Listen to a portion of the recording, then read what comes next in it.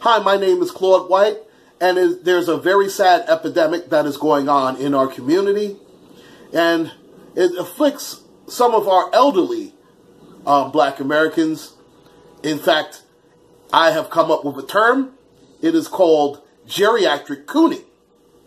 And we're going to look at 3 individuals who seem to be afflicted with this terrible disease.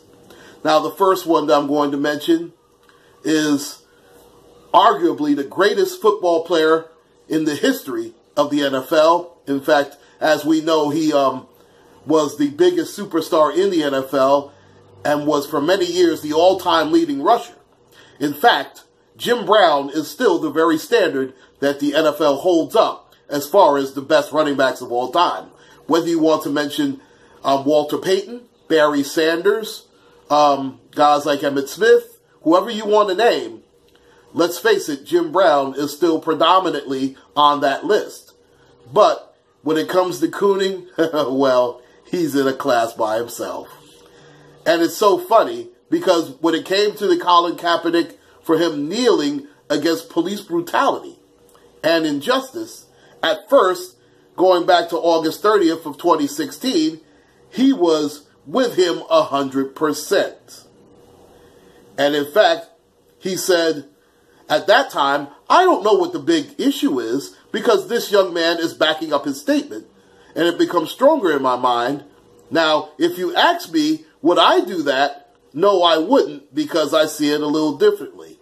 So it seems like he's planted the seeds of Cooning even when he said that he stood by Mr. Kaepernick 100%. And of course, being the coon that he is, it does get better, ladies and gentlemen. Yeah, old Jim Brown will be quick to tell you that I was in a love scene with Raquel Welch back in 1969. And also, he just keeps it cooning. And in fact, he goes in all coon assault later on in 2017. In fact, he had the nerve to talk about, don't desecrate my flag and my national anthem. Are you serious, dude? First of all, that national anthem is not yours, okay? Let's put that out there. And the flag has never, ever been part of Colin Kaepernick's protest. That flag thing was a creation of your president, the orange-faced bastard. And no, I'm not going to say his name. His name has been bandied about enough. So for Mr. Jim Brown to start cooning and buffooning about that shows what a disgraceful individual he is. But then again, he is one of the orange-faced bastard's friends. And we also know that Jim Brown went cooning it up. Even though everybody was talking about Kanye West, at least Kanye West presented the orange-faced bastard with certain issues that were plaguing our communities, while Jim Brown just sat there like an old statue doing jack shit. But I digress, ladies and gentlemen. And as we know, Mr. Brown is not the only one who is afflicted with geriatric cooning. I mean, here's one of my personal favorites. Andrew Young, who actually marched with Dr. Martin Luther King, as we know, and we just so-called celebrated his holiday, so to speak. But what does Andrew Young think about what's going on in America and what's going on with racism today? Well, actually, lo and behold, Andrew Young feels bad for, guess who, ladies and gentlemen? The young Klansmen. Yes, you heard it right. The young Klansmen. In a Meet the Press that happened in 2017, in August 2017, Andrew Young is quoted as saying, in fact, he actually, when you go to, please take the time to look that up, the Meet the Press on August 16th of 2017, because you will hear him say, among other blasphemous things, this particular quote. The reason I'm uncomfortable condemning the Klan types, I'll get back to that in a second, is that they're the poorest of the poor. They're the forgotten forgotten Americans. And they have been used, abused, and neglected. Andrew Young, are you fucking serious, dude? Used, abused, and neglected. No, we've only been going through hell here in 400 plus years. That's all that's happened. So all that marching and we shall overcome and I have a dream was a bag of shit to you, huh, Andrew?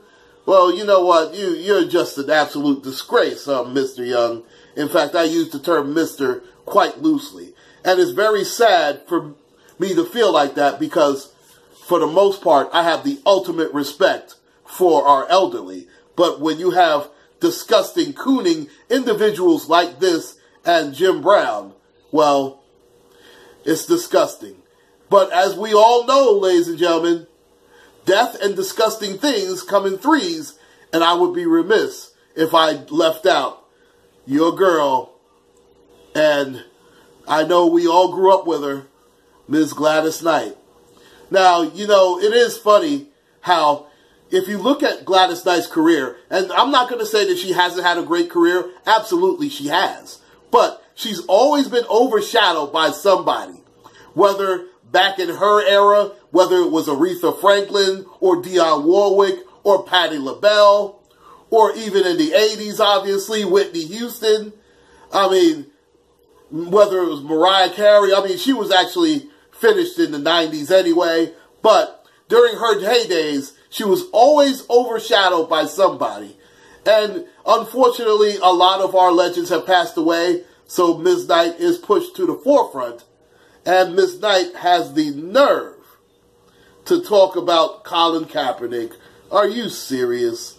I mean, it's really sad that she does this. Now, if she was honest and said, listen, I'm not getting any younger. I'm here to get a check. I mean, I just want to sing the national anthem, and I respect what Colin Kaepernick is doing, blah, blah, blah. But no. She wants to make it about herself and try and make it seem like she's going to bring the national anthem back. Something that, as you know, you can't do. I understand that Mr. Kaepernick is protesting two things. They are police violence and injustice. It is unfortunate that our national anthem has been dragged into this debate when the distinctive senses of the national anthem and fighting for justice should each stand alone. I am here today and on Sunday, February 3rd, to give the anthem back its voice, to stand for that historic choice of words, the way it unites us when we hear it, and to free it from the same prejudices and struggles I have fought long and hard for all my life, from walking back hallways, from marching with our social leaders, from using my voice for good. I have been in the forefront of this battle longer than most of those voicing their opinions to win the right to sing our country's national anthem on a stage as large as Super Bowl 53. I mean, how arrogant was that?